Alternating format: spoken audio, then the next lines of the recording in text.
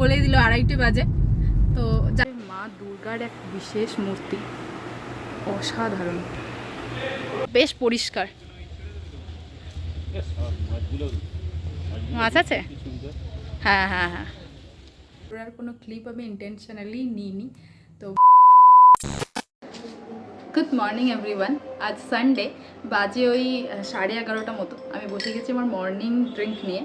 তো আজ উঠেছি অনেকটা দেরিতে, সানডে। তো আজ বাড়িতেও তেমন কোনো কাজ নেই, আমাদের একটা প্ল্যান আছে। তো সুপু আমাদেরকে যে ঘুরতে নিয়ে যাবে, কোথায় নিয়ে যাবে সেটা আমরাও জানি না, তো একটা মন্দির যেটা জানি। তো ব্রেকফাস্ট করিনি, একবারে লাঞ্চ আর ব্রেকফাস্ট মিলে একটা ব্রাঞ্চ খেয়ে নেবো, দেন আমরা বেরোবো। দেখা যাক কোথায় যাওয়া যায়। অনেক দিন সবাই মিলে কোথাও যাওয়া হয়নি, তাই আজকে আমরা সবাই মিলে যাব। এটা খেয়ে দেন আমি রেডি হব, তারপর খেয়ে দে বেরিয়ে পড়বো। কি পরবো এখনো সেটাও ঠিক করিনি। স্নান হয়ে গেছে, তো দেখি কি পরা যায়, তোমাদের সাথেও শেয়ার করব। অনেক দিন হয়ে গেল ভিডিও সেভাবে করা হয় না, তো আজকে ভাবলাম একটা ভিডিও করা যাক। চলো দেখি কি পরবো।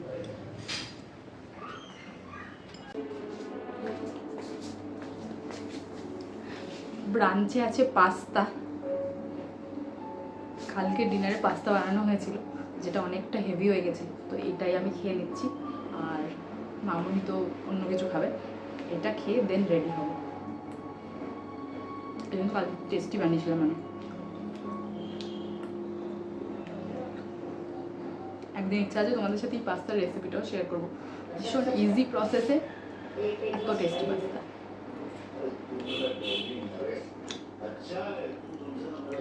বেশ অনেকক্ষণ দেখে ফাইনালি আমি ডিসাইড করলাম যে আমি আজকে এই চুড়িদারের সেটটা পরবো। এটা কিনেছিলাম অনেক দিন আগে, একবার পুজোর সময়, একবার দুবারই পরা হয়েছে, তারপর থেকে নর্মালি এটা পরা হয়নি। তো আগে এটা পরে রেডি হয়নি, দেন আসছি তোমাদের সাথে। বাইরে প্রচণ্ড মেঘ করে এসেছে, জানি না কি হবে। আগে ঝটপট করে রেডি হয়নি, 1টা বাজছে, 1:30টার মধ্যে আমাদের বেরোনোর প্ল্যান আছে। যত তাড়াতাড়ি পসিবল রেডি হতে হবে। চলে, আমরা বেরিয়ে পড়েছি। বাবা বলেই দিল 2:30 বাজে। তো যাচ্ছি আমরা বিপত্তারিণী মন্দির। এখন আমরা আছি কোথায় আছি? পাটুলির কাছাকাছি, একদম পাটুলির কাছাকাছি। মন্দিরটা অ্যাকচুয়ালি কোথায়? নরেন্দ্রপুর। মন্দিরটা হলো নরেন্দ্রপুর। তো যাই, আর ওয়েদারটা খুব সুন্দর হয়ে গেছে, মেঘলা মেঘলা ওয়েদার। আর আমরা 4 জনেই বেরিয়েছি, পিছনে মামনি আছে আর এই পাশে এই যে বাবা। আমি জানি না কতটা দেখা যাচ্ছে, আর সামনেই যে আমরা।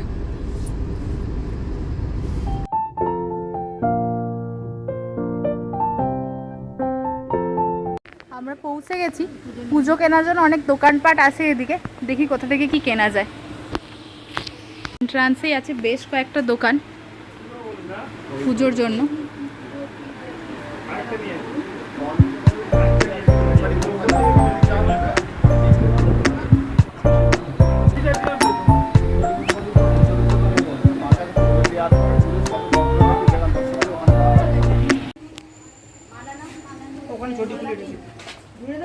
এন্ট্রান্সের পর ভিতরেও বেশ কিছু ছোট ছোট দোকান আছে।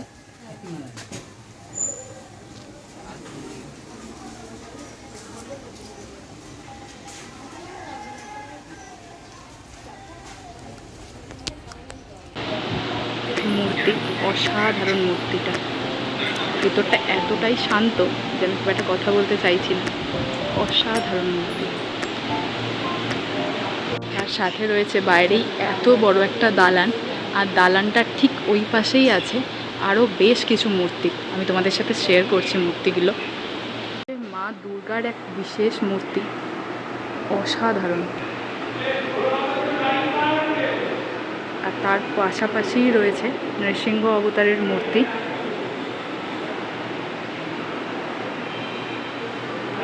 আর এই প্রত্যেকটা মূর্তিকে প্রত্যেক দিন পুজো করা হয়।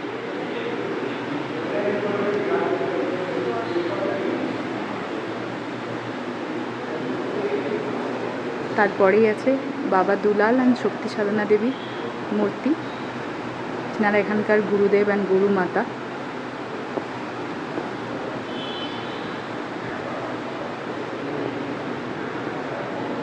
তারপরে আছে আমাদের ভারতবর্ষের বিশেষ কিছু সাধকদের মূর্তি, প্রত্যেকের নাম এখানে আলাদা আলাদা করে মেনশন করা আছে। তোমরা চাইলে ভিডিওটা পোস্ট করে নামগুলো দেখে নেবে।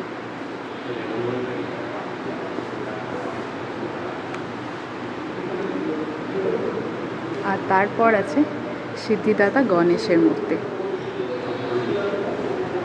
সাথে হনুমান।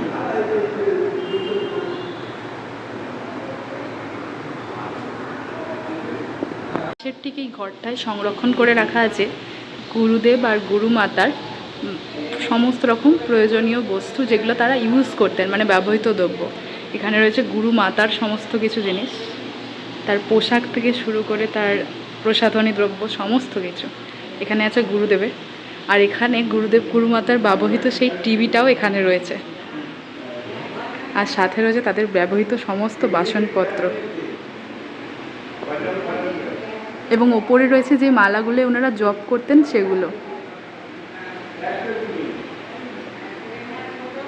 সাথে সেই সময় ব্যবহৃত ঘড়ি, শাঁখ, টেবিল ফ্যান পর্যন্ত, যেগুলো ইনফ্যাক্ট আমি ভিতরে দেখতে পাচ্ছি গুরুমাতা আর গুরুদেবের লাঠিগুলোও এখানে রাখা আছে, যে লাঠিগুলো তারা ব্যবহার করতেন।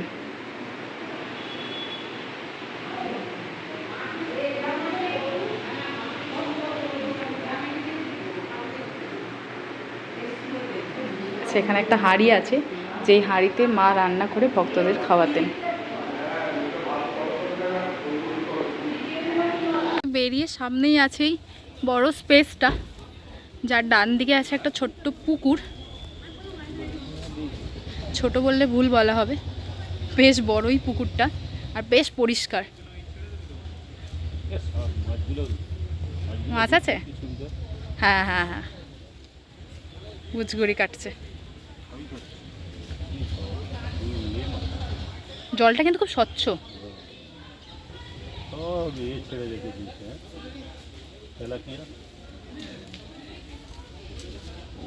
হ্যাঁ হ্যাঁ হ্যাঁ হ্যাঁ,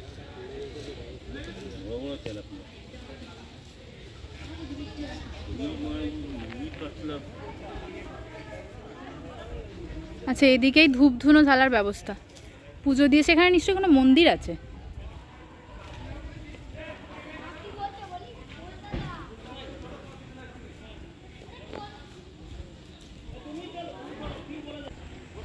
গাছটা আম গাছ তো লাগছে।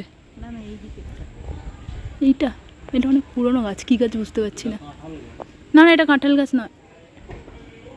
অবশ্য না, 3-4টে গাছ একসাথে যেন হচ্ছে, জুড়ে জুড়ে আছে। হ্যাঁ, রত্নবেদী। তারা তন্ত্রমতে পঞ্চমন্দির আসন স্থাপন করেন এবং তাতে এইখানটা বসে ঠাকুমা করে লাভ করেন। এখানে একটা রত্নবেদী আছে, এই রত্নবেদীর মাহাত্ম্য কি আছে সেটা এখানে লেখা আছে। আমি ভিডিওতে তুলে ধরলাম, তোমরা পজ করে একটু পড়ে নিও। এই গাছটাকে ঘিরেই পঞ্চমন্ডির বেদী, আর যেটাকে এত সুন্দর করে সংরক্ষণ করা হয়েছে। আর তার উল্টো দিকেই ঠিক ধূপ ধুনো জ্বালানোর ব্যবস্থা। থেকে বেরিয়ে এসেছি গড়িয়াহাট। আগে খাবো চা এই দাদার দোকান থেকে, আর তারপর যাবো একটু টুকটাক শপিং করতে।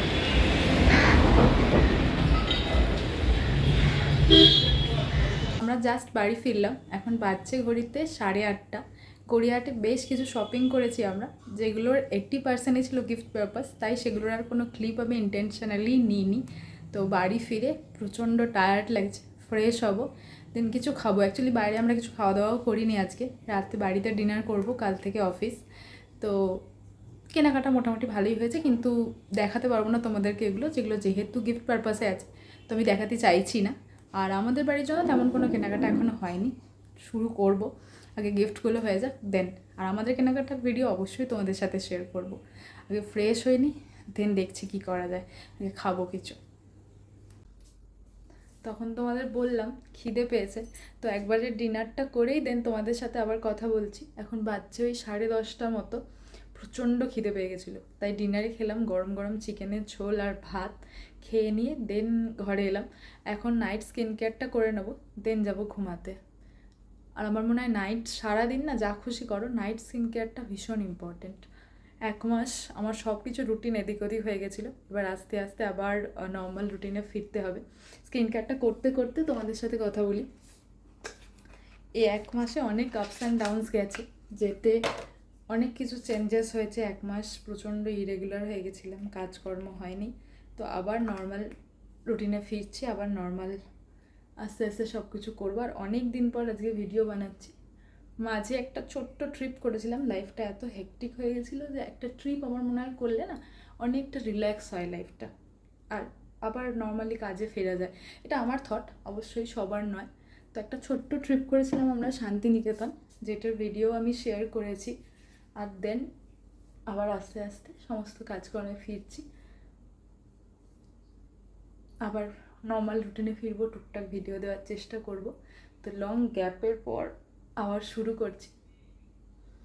একটা সানডে বেশ ভালোভাবে কাটালাম। আর নাইট স্কিন কেয়ার আমি তেমনভাবে কোনো প্রোডাক্ট ইউজ করি না, কখনো কোনো একটা ভিডিওতে পুরো নাইট স্কিন কেয়ার আমি তোমাদের সাথে শেয়ার করব। আর আমার মনে হয় সারাদিন কিছু করো না করো, রাতে যদি স্কিনটাকে প্রপারলি কেয়ার করো তাহলে পরের দিন একটা সুন্দর হেলদি গ্লোয়িং স্কিন পাওয়া যায়। তো না, এমন কিছু আমি ইউজ করি না। এই টোনার, তারপরে আসি সিরাম, অ্যান্ড দেন ময়শ্চারাইজার। আমি সেটাফিলেরই ছোট্ট এটা কিনেছিলাম ট্রাভেল পারপাসের জন্য, যেটা আমার এখন চলছে।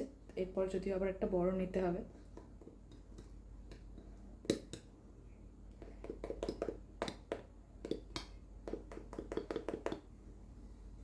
এটা মোটামুটি শেষের পথে।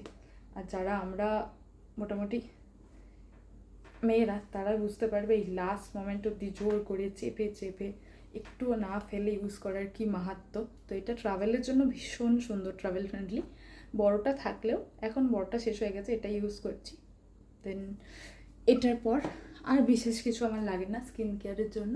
আর এই ময়শ্চারাইজারটা এতই ভালো যে আমি প্রত্যেক দিন রাতে এটাই ইউজ করি।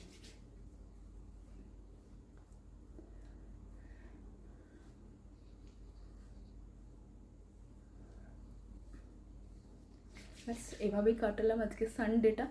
আর অনেক দিন পর নর্মাল লাইফে ফিরতে একটু সময় লাগে, নর্মাল রুটিনে ফিরতে একটু সময় লাগে। তো ট্রাই করছি আস্তে আস্তে নর্মাল রুটিনে ব্যাক করা, আবার রেগুলার ভিডিও দেওয়ার। ভিডিওর পুরো শিডিউলটা চেঞ্জ হয়ে গেছে, আবার রেগুলার ভিডিও দেবো।